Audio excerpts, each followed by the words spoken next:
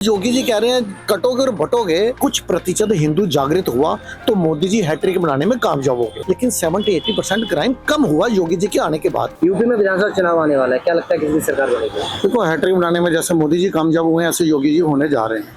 Reason क्या है कि जो वहाँ का विपक्ष है उनके पास कोई मुद्दा नहीं है। पहले माई कॉम्बिनेशन लेकर आए थे, वो फेल हो गया तो अब पीडी लेकर आ गए। पिछड़ा दलित अल्पसंख्यक अगड़ा कहाँ है मुझे बताइए। जब इनके समय में अब ये बात कर रहे हैं पिछड़ा दलित अल्पसंख्यक, जबकि इन्होंने अल्पसंख्यक का क्या बड़ा किया, उसके टाइम पे सिर्फ माफिया बने। और यादव जो ये माई कॉम्बिनेशन बोलते थे, माई में क्या था, यादव सिर्फ इनके परिवार के यादव थे, सिर्फ उन्हीं का भला होता था और किसी का नहीं। आपको मालूम है पहले चुनाव कैसे लड़े जाते थे, वहां पे जो है ना तुष्टिकरण की राजनीति बहुत ज्यादा है। कभी बोलते हैं तिलक तराजू और तलवार, इनको मारो जूते चार, ये भी नारा दिया गया था। इसके अंदर भी आपको मालूम है कि एक विशेष समुदाय को खुश करने के लिए दिया गया था। वहां पे जो है ना राजनीति हमेशा ऐसे रही है। क्या पहले ये बोलते थे चढ़ गुंडर की छाती पे मोर लगेगी हाथी पे, मायावती जी ने नारा दिया था। और अब ये पीछे इन्होंने दिया माई कॉम्बिनेशन, अब लेकर आए पीडीए कॉम्बिनेशन।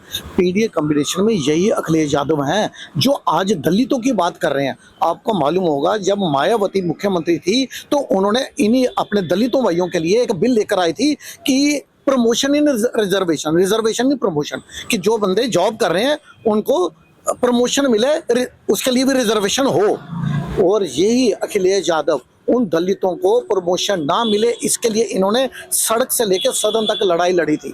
और बाद में जब इनकी सरकार बनी तो इन्होंने इस कानून को रोल बैक कर दिया था। मतलब किसी भी दलित को जॉब में प्रमोशन ना मिले, ये दलितों के बहुत बड़े मतलब दुश्मन रहे हैं। आज ये इनकी बात कर रहे हैं कि हमें मतलब दलितों की चिंता है। और उधर देखो, मुझे ये भी लग रहा है वहाँ पे जो दलित वोट है वो भी बटेगा। चंद्रशेखर रावण है वो भी लेके जाएगा, असुद्दीन ओवैसी आ रहे हैं वो भी मुस्लिम वोट आपको मालूम है वो वहाँ पे भी जाएगा। तो जो योगी जी कह रहे हैं कटोगे और बटोगे, इनके इस नारे का जो फायदा दूसरे राज्यों को मिला है, तो क्या आपको लग रहा है कि अपने राज्यों को नहीं मिलेगा योगी जी के?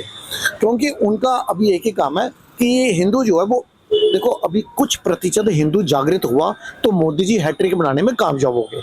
कुछ प्रतिशत और जागृत हो गया तो ये इंडी ठगबंधन जो है इनको नामो निशान मिट जाएगा। क्योंकि इनकी विचारधारा ही शुरू से एंटी मोदी रही है। चाहे मैं बात करूं सपा की, चाहे बात करूं मैं कांग्रेस की। कांग्रेस के नेता तो आपको मालूम होगा, रेवत रेड्डी जो है तेलंगाना के मुख्यमंत्री, उन्होंने क्या बोला था बिहार चुनाव में, कांग्रेस मतलब मुस्लिम, मुस्लिम मतलब कांग्रेस। और इमरान मसूद जो है उन्होंने ये बोला था कांग्रेस के नेता ने, यदि मुस्लिम यदि सपा मतलब हमारी जो पार्टी है यदि वो मजबूत होगी तो मुस्लिम मजबूत होगा, यदि कांग्रेस मजबूत होगी तो मुस्लिम मजबूत होगा, यदि कांग्रेस वीक होगी तो मुस्लिम भी वीक होगा। मतलब ऐसे सांप्रदायिक बातें आप ओपनली कर देते हो पब्लिक के बीच में। मुझे बताइए आप, यदि भाजपा का कोई नेता ऐसे बोल देता कि यदि हिंदू स्ट्रांग होगा तो बीजेपी स्ट्रांग होगी, तो ये 26 से 26 दल जो है ना, ये मोदी जी को जीना हराम कर देते। ये 56 कंट्रियों में लेटर जारी कर देते कि देखो देश का प्रधानमंत्री या इनकी पार्टी का कोई नेता भी है ये कैसे बयान दे रहा है कि हिंदू मजबूत होगा तो बीजेपी मजबूत होगी। ये खुद तो ओपनली बोलते हैं। इवन कि कांग्रेस के नेता ने यह बोल दिया था कि भारत के संसाधनों पे पहला अधिकारी मुस्लिमों का है।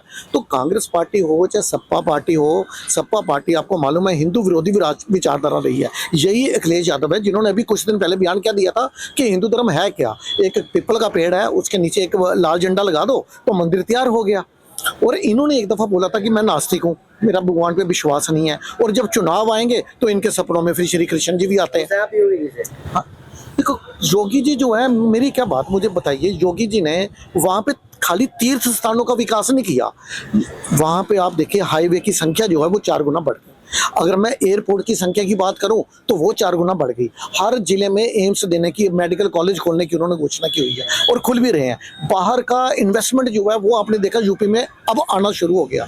यूपी जो है लॉ एंड ऑर्डर की अगर सिचुएशन की बात करो, मैं ये नहीं कहता कि क्राइम बिल्कुल हट गया, लेकिन 70-80% क्राइम कम हुआ योगी जी के आने के बाद। तो वहाँ पे सिर्फ तीर्थ स्थानों का विकास नहीं हुआ, वहाँ पे अगर मैं एग्रीकल्चर फील्ड की बात करूँ, किसानों को बात करूं, फार्मा सेक्टर की बात करूं, फार्मर की बात बात करूं, मेडिकल की बात करो, इंफ्रास्ट्रक्चर की बात करो, हाईवे बढ़ाने की बात करो, हर क्षेत्र में, एजुकेशन की बात करो, हर क्षेत्र में योगी जी ने विकास किया। वहां पे डिजिटलाइजेशन कर दिया, सरकारी जितना भी डिपार्टमेंट है अब सारा डिजिटलाइजेशन है। तो जो योगी जी हैं, इन्हीं के कारण, इन्हीं की फेस वैल्यू पे ही बाहर की, विदेशों की बड़ी बड़ी कंपनियां वहां पे इन्वेस्टमेंट कर रही हैं।